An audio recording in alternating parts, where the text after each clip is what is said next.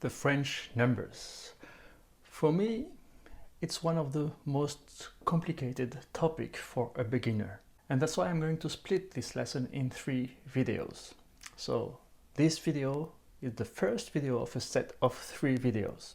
Before going further, if you are learning French, don't forget to download your free practical guide to easily learn French. You will find all my recommendations and it's free. You just need to click on the link below in the description. Hello everyone, my name is Raouf. I've been teaching French since 2014 in France and in many other places, and today we are going to discuss a very important topic and complicated one, the numbers. Why are the French numbers so complicated? It's mainly due to the spelling. The spelling for the French numbers is quite irregular. You have combinations of letters, you have letters that you don't pronounce, like the X, the P. You have numbers like 80. For 80 we say 4 times 20. Well, that makes things harder for someone who wants to learn French at the beginning. But at the same time, you need numbers when you start learning French. When you introduce yourself and express how old you are, you need numbers. When you give your phone number, for example, when you ask for a price, you need numbers for these very basic interactions.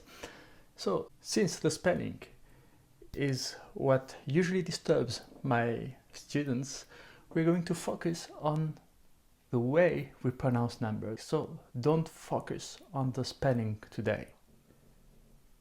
We're going to see the numbers from 0 to 20.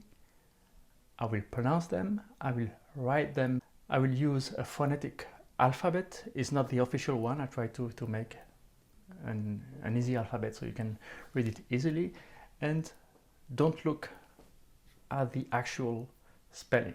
So let's get started. 0 is 0. Nothing hard with this one. Then we have 1, 2, 3, 4, 5, 5,